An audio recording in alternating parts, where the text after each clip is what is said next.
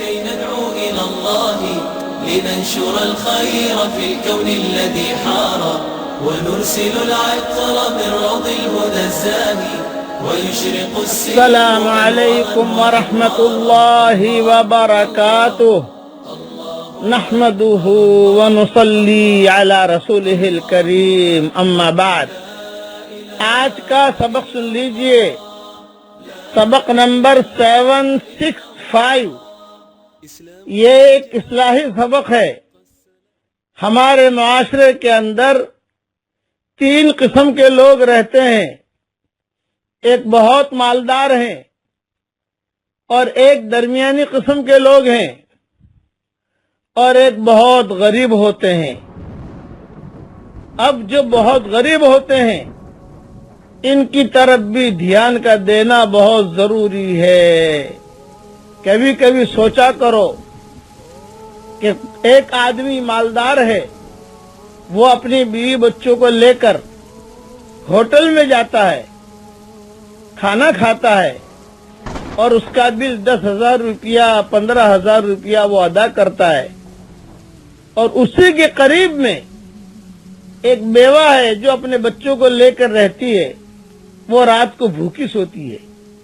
تھوڑا اس طرف بھی دیکھو کہ کئی مائیں ایسی ہوتی ہیں کہ دوپہر کے وقت میں اپنے بچوں کو جان بوجھ کر سلا دیتی ہیں. کیوں؟ کہ کبھی محلے میں کوئی کھلونا بیچنے والا اگر آ گیا تو یہ بچہ کھلونا مانگے گا، میرے پاس اس کو کھلونا دینے کے لیے رقم نہیں ہے.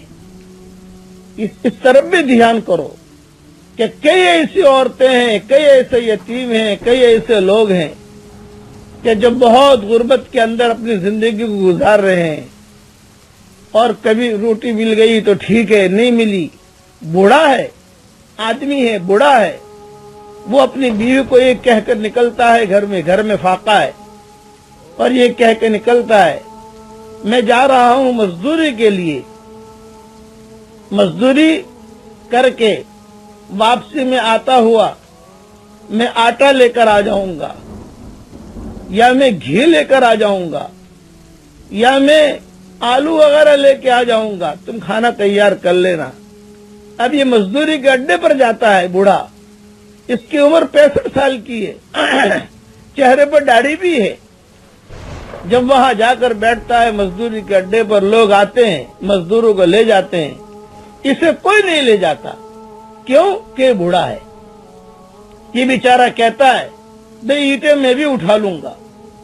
یہ کہتا ہے اگر تمہارے مکان کے کام میں کوئی چنائی کا کام ہے تو میں بھی کر لوں گا، رنگ میں بھی کر لوں گا. تو لوگ جواب دیتے ہیں کہ بڑے میاں تم کیا کام کر سکو گے؟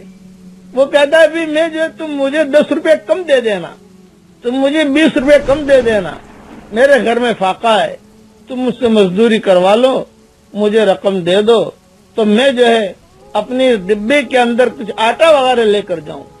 اس کے دل پر کیا گزر رہی ہو؟ کوئی اسے اٹھاتا نہیں، کوئی اسے کام پر مزدوری پر رکھتا نہیں ہے. اور یہ بوڑھا انتظار کرتا رہتا ہے کوئی آئے اور کوئی مجھے لے کر جائے. لیکن جب سورج کی گرمی تیز ہوتی ہے، یہ بوڑھا خالی ڈبے کو لے کر واپس اپنے گھر کی طرف جاتا ہے. اب اس کا ایک ایک پاؤں، ایک ایک قدم کتنا بوجھل ہوگا، یہ تھوڑا سا سوچو کہ ایک ایک قدم اس کا کتنا بوجھل ہوگا. یہ اس کے لیے یہ اس کا پلسرات یہی ہے. کیوں؟ خالی ڈبہ لے کے نکلا تھا اور خالی ڈبہ لے کر جا رہا ہے. شریف آدمی ہے، کسی کے سامنے اپنی حاجت نہیں رکھ سکتا. راستے میں جاتے جاتے سوچتا ہوا جاتا ہے کہ میں میری بیوی کو کیا جواب دوں گا، کہ میں میری بیٹیوں کو کیا جواب دوں گا.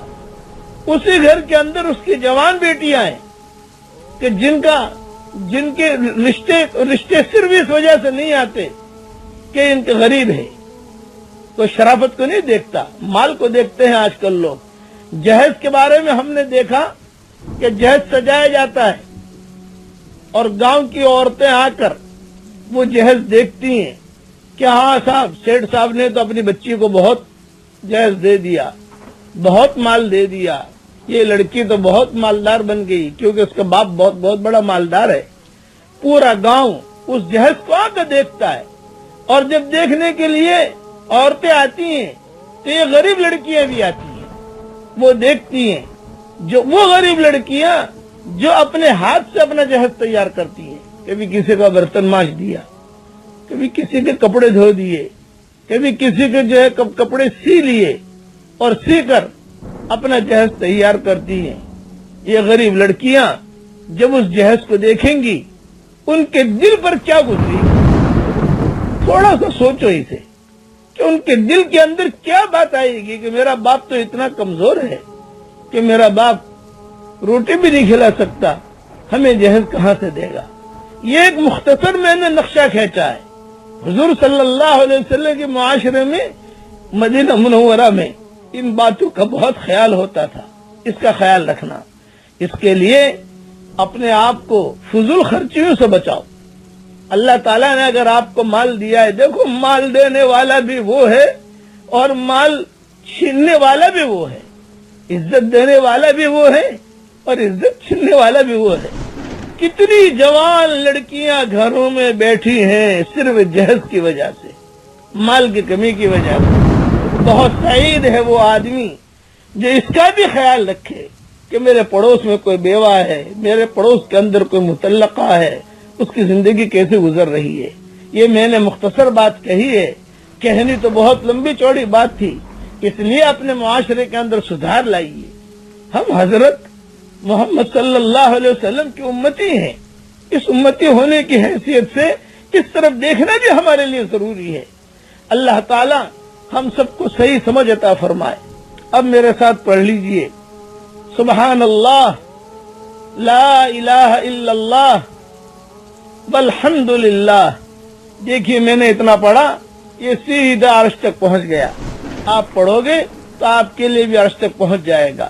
میں دعا کرتا ہوں کہ اللہ جو پریشان حال ہوں ان کی پریشانیوں کو دور فرما. آمین آمین. والسلام علیکم ورحمۃ اللہ وبرکاتہ. آخر دعوانا ان الحمد للہ رب العالمین.